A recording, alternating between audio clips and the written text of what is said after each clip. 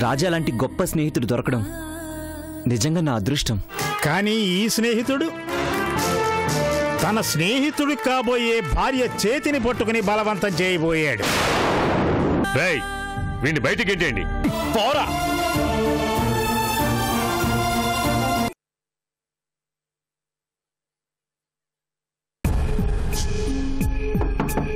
లలి, తలుపు తీయమ్మా.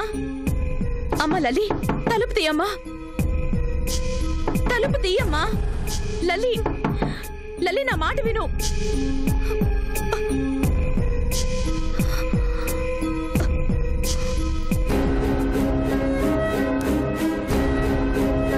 ఏమండి, వాళ్ళు మన కోసం వెయిట్ చేస్తూ ఉంటారు. మనం వెళ్ళలేమని అర్థమైందిగా.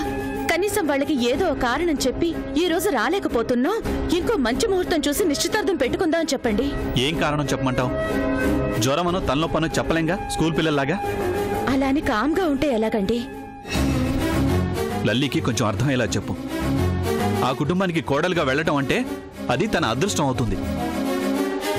లల్లీనే చేసుకుంటాను అని ఆ అశోక్ పట్టుబడుతుంటే నువ్వు నాకు వద్దు, నా మనసులో నువ్వు లేవు అంటున్నా ఆ రాజాగాడిని కోరుకుంటోంది అంటే తనది అమాయకత్వమో మూర్ఖత్వమో నాకు అర్థం కావట్లేదు.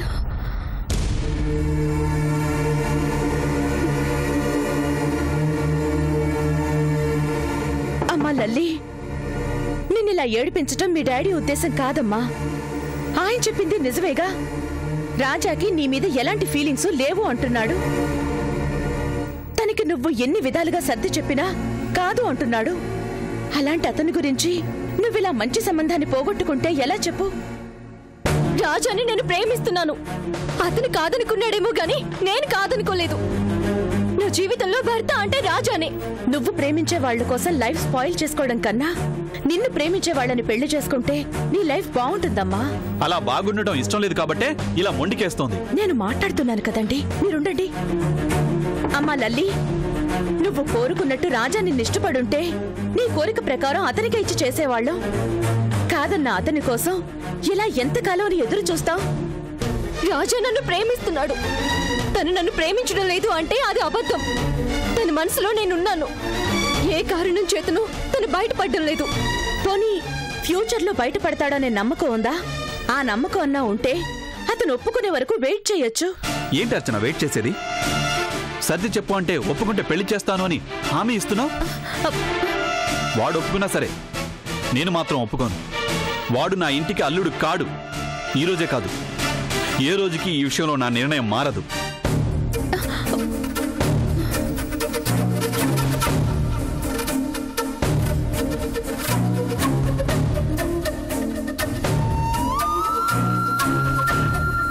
ఏంటమ్మా నువ్వు? అతనెవరికో దగ్గర కావాలి అని మీ డాడీకి దూరం అయిపోతున్నావు. అతను ఎవరో కాదు మమ్మీ, నా లైఫ్. అతను చెప్పే అబద్ధాన్ని నమ్మి నేను అతన్ని దూరం చేసుకోలేను. ఈ రోజు కాకపోతే రేపు, రేపు కాకపోతే ఎల్లుండి, ఏదో ఒక రోజు తను నా లైఫ్ లోకి వచ్చి తీరుతాడు. అప్పటి వరకు నేను ఎదురు చూస్తూనే ఉంటాను.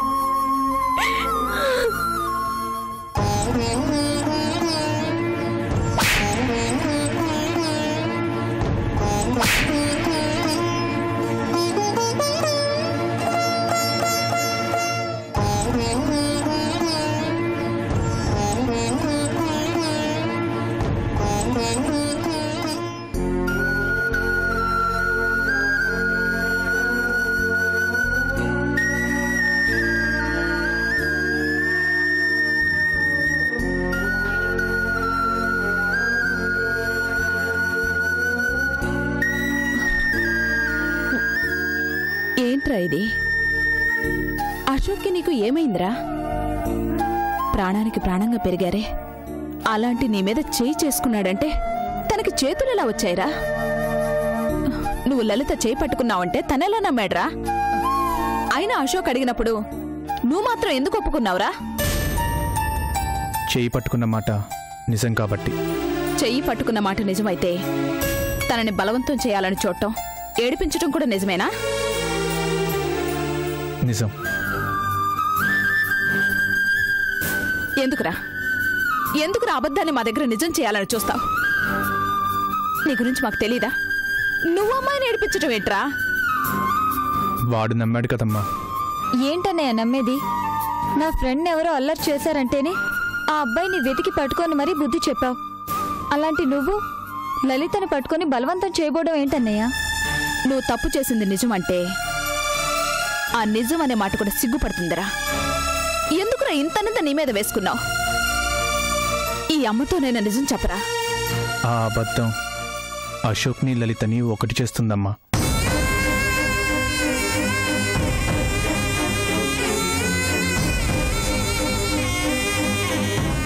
నిజం చెప్తే లలిత నేను ప్రేమించుకున్న విషయం అందరికీ తెలిసిపోతుంది.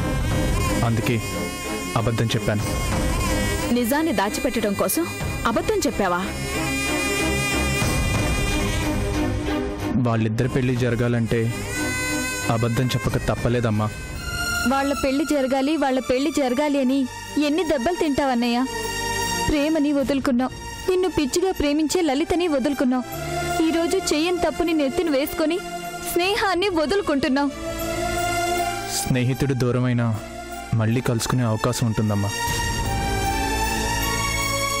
కానీ ప్రేమించిన అమ్మాయి దూరం అయితే వాడి జీవితమే వాడికి దూరం అయిపోతుంది. అప్పుడు నీ జీవితం నీకు దూరం అయిపోతుంది కదన్నయ్య. వాడు సంతోషంగా ఉన్నాడన్న ఆనందం చాలమ్మా. ఆ సంతోషంతో నా జీవితాన్ని హ్యాపీగా గడిపేస్తాను. ఫ్రెండ్షిప్ కోసం ఇంత త్యాగం ఎవరు చేయలేరన్నయ్య. నిజం తనకి చెప్పేద్దాం, ఫ్రెండేగా, అర్థం చేసుకుంటాడు. సంతోషం తప్ప బాధ అనేదే తెలియకుండా పెరిగినవాడు లలిత దూరం అయితే వాడు తట్టుకోలేడమ్మా. వాళ్ళిద్దరినీ కలపడం కోసం నువ్వెందుకన్నయ్య దూరం కావాలి? నేను దూరమైనా పర్లేదు, వాళ్ళిద్దరూ ఒకటైతే చాలు. అన్నయ్య, ఇప్పటికైనా మించిపోయింది లేదు. అశోక్ అన్నయ్యకి నిజం చెప్పే. తన ప్రేమ కోసం నీ స్నేహం ఎందుకన్నయ్య చెడిపోవాలి? చూడమ్మా, వాడు నాకు దూరం అయిపోతాడని బాధ లేదు. వాళ్ళిద్దరూ ఎక్కడ దూరం అయిపోతారో అన్న భయం తప్ప. స్నేహితుడిగా వాడికి నేను సాయం చేసే అవకాశం నాకెప్పుడూ రాలేదు, ఇప్పుడొచ్చింది.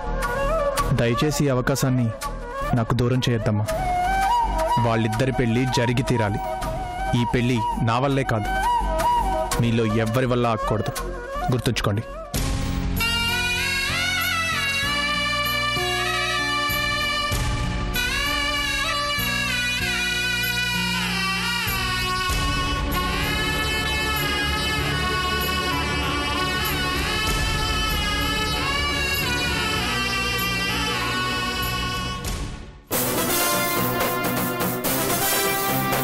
వీడు అమ్మాయి గారి చెయ్యి పట్టుకుని బలవంతం చేయబోతుంటే నా కళ్ళతో నేను చూశాను.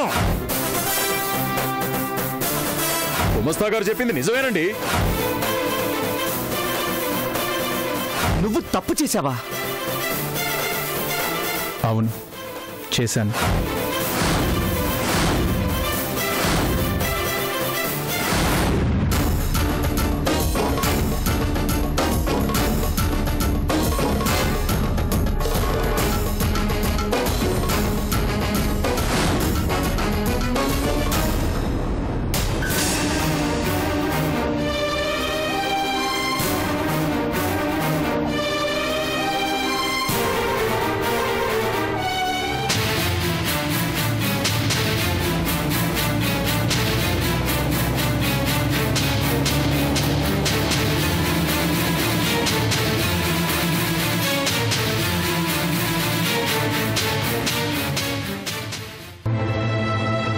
లల్లి ఎక్కడ ఆంటీ?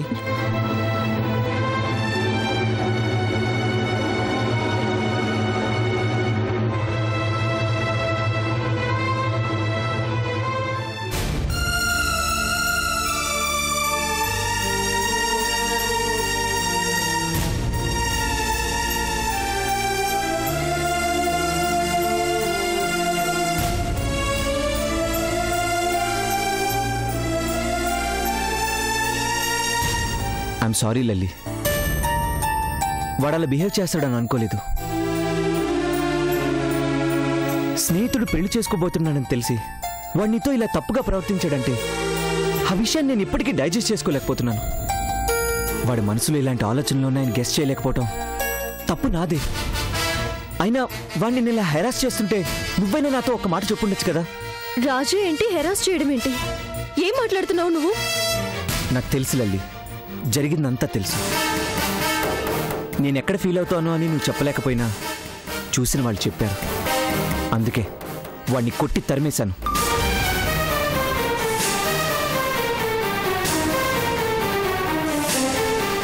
కొట్టేవా?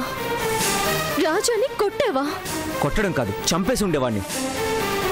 ఎంత కాదనుకున్నా ఫ్రెండ్ అన్న ఒకే ఒక కారణంతో వదిలేశా. చాలా ఆపు అశోక్. ఏదో గొప్ప ఘనకార్యం చేశాను అనుకుంటున్నావా? ఎవరు చెప్పిన మాటలు విని రాజా మీద చేయి చేసుకుంటావా? అంతమందిలో అతన్ని అవమానిస్తావా? ఒకరు చెప్పడం కాదు లల్లి, వాడే చెప్పాడు. అందుకే తట్టుకోలేకపోయాను. చెప్తే నమ్మేస్తావా నువ్వు? ఇంతేనా మీ ఫ్రెండ్షిప్? ఎన్నేళ్ల స్నేహంలో రాజా నిన్ను అర్థం చేసుకుంది ఇంతేనా? నీది స్నేహం కాదు, నీకోసం తన జీవితాన్ని త్యాగం చేయాలి అనుకున్నాడే అదే స్నేహం అంటే.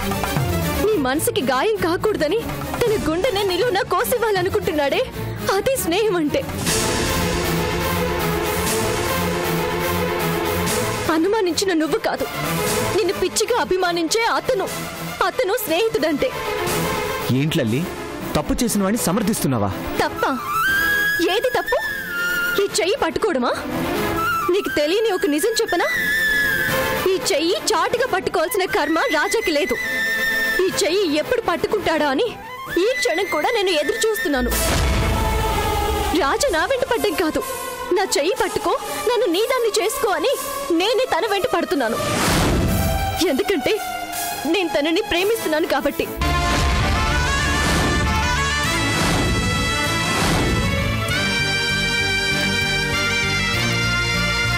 నీకు స్నేహం చేయడం తెలీదు, అందుకే రాజాని అపార్థం చేసుకున్నావు. నా స్నేహాన్ని, నా మాటల్ని కూడా అపార్థం చేసుకున్నావు. అందుకే నా ఇష్టం ఏంటో తెలుసుకోకుండా మన స్నేహాన్ని నిశ్చితార్థం వరకు తీసుకొచ్చావు.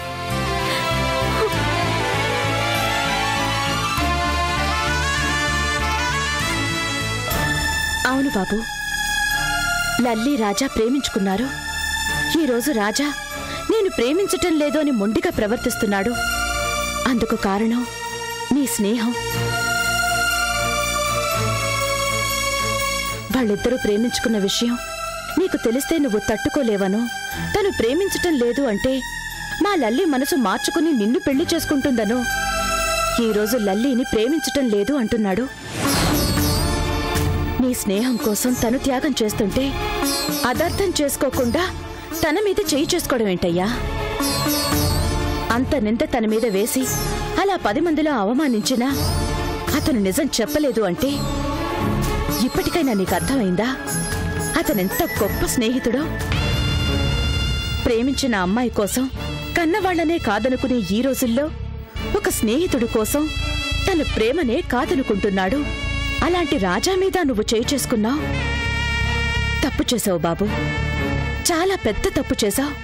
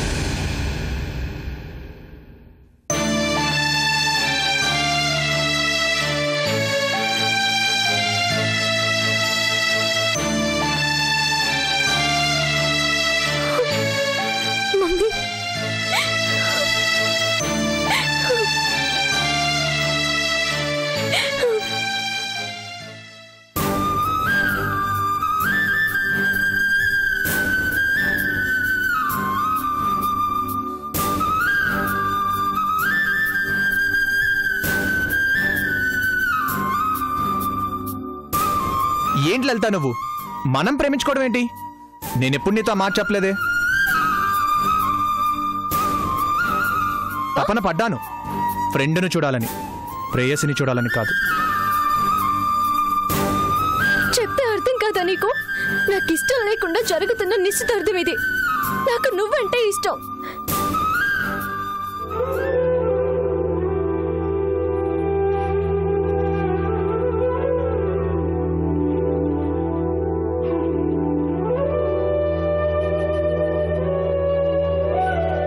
ఎందుకన్నయ్య కోరి నీ జీవితాన్ని నరకం చేసుకుంటావు? నేను అలా ఫీల్ అవటం లేదమ్మా. నువ్వెలా ఫీల్ అవుతున్నావో నీకు అర్థమవుతుందో లేదో కానీ నాకు మాత్రం బాగా అర్థమవుతుందన్నయ్య. మా అందరికీ సర్ది చెప్పావు, నీకు నువ్వెందుకన్నయ్య సర్ది చెప్పుకోలేకపోతున్నావు? సర్ది చెప్పుకోవాలనే ప్రయత్నిస్తున్నానమ్మా. ఎందుకో నా వల్ల కావడం లేదు. ప్రేమంటే అదే అన్నయ్య. అది రాదు, వచ్చాక నువ్వు పొమ్మన్నా పోదు. నా మాట వినన్నయ్య. లలితను నువ్వెంతగా ప్రేమించావో మిగిలిన వాళ్ళెవరికీ తెలియకపోవచ్చు, కానీ నాకు తెలుసన్నయ్య. ప్రేమని చంపుకోవాలని నువ్వనుకుంటున్నావు, కానీ అదెప్పుడూ చనిపోదు. చనిపోయే వరకు మనల్ని చంపుతుంది, అంతే. ఎక్కడైనా ప్రేమించిన అబ్బాయికి అమ్మాయికి మధ్య మాత్రమే వాళ్ళు దూరం అవడానికి కారణాలుంటాయి. నువ్వేంటన్నయ్యా మీకు సంబంధం లేని కారణాలు చూపించి దూరం చేసుకుంటున్నావు? సంబంధం లేకపోవటం ఏంటమ్మా? లలిత కన్నా ముందు అశోకే. వాడి స్నేహం తర్వాతే లలిత వచ్చింది. జీవితంలో అందరూ ముందే వస్తారన్నయ్య, కానీ మధ్యలో వచ్చిన భార్యో ప్రేయసో తనే చివరి వరకు నీతో నీకోసం ఉంటుంది. ఈ రోజుకి లలిత మనసులో నువ్వే ఉన్నావు. నువ్వే బలవంతంగా అశోక్ అన్నయ్యని తన మనసులోకి పంపించాలని చూస్తున్నావు. ఫ్రేమ్లో ఫోటో మార్చినంత సులభంగా మనసులో మనిషిని మార్చలేవన్నయ్యా. కష్టమే, అలా మారడం కష్టమే. కానీ నా లైఫ్లో ముందు అశోక్, ఆ తర్వాతే ఎవరైనా. ఆ రోజు నుంచి ఈ రోజు వరకు వాడి కళ్ళల్లో కన్నీళ్లు చూడలేదు. ఇప్పుడు వాడి కళ్ళల్లో మొదటి కన్నీటి చుక్కకి నేను కారణం కాలేనమ్మా. నీ కళ్ళు సముద్రమై పొంగుతుంటే తన కంట్లో కన్నీటి చుక్క గురించి ఆలోచిస్తావేంటన్నయ్య? నీకొకటి అర్థం కావట్లేదు. నీ వల్ల బాధపడుతుంది నువ్వు మాత్రమే కాదు, లలిత, మేము అందరం బాధపడుతున్నాం. మీకు నా మీదున్న ప్రేమ కోసం అశోక్ని బాధ పెట్టమంటారా?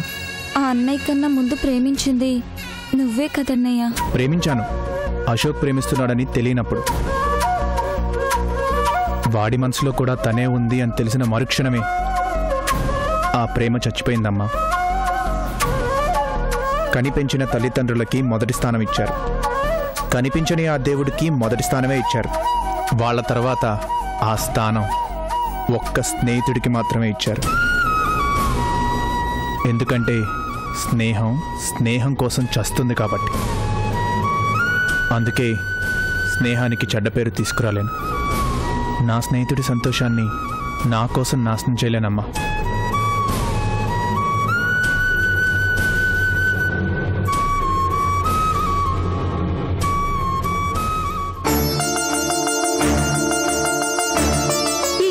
చాటుగా పట్టుకోవాల్సిన కర్మ రాజాకి లేదు. ఈ చెయ్యి ఎప్పుడు పట్టుకుంటాడా అని ఈ క్షణం కూడా నేను ఎదురు చూస్తున్నాను. ఎందుకంటే నేను తనని ప్రేమిస్తున్నాను కాబట్టి. ఇంతేనా మీ ఫ్రెండ్షిప్? ఎన్నేళ్ల స్నేహంలో రాజా నిన్ను అర్థం చేసుకుంది ఇంతేనా?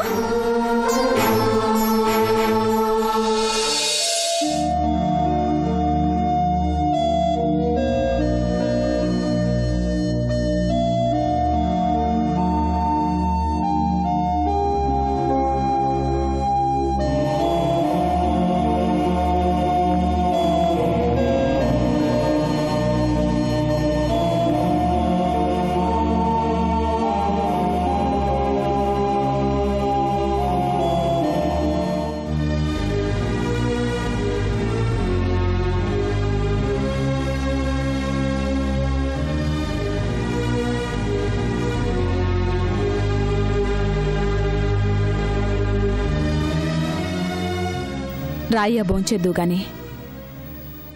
వద్దు లక్ష్మి, నాకు ఆకలిగా లేదు. ఏంటయ్యా ఇది? తిండి తినకుండా ఎందుకీ దీక్ష? దేవుళ్ళంటి దొరగారికి దూరం అయ్యే రోజు వస్తుందని కల్లో కూడా అనుకోలేదే. తప్పు చేసి దూరమైనా తప్పు చేశాం కదా అని సర్ది చెప్పుకోవచ్చు. కానీ ఏ తప్పు చేయకుండానే దొరగారికి దూరం అయిపోయాను.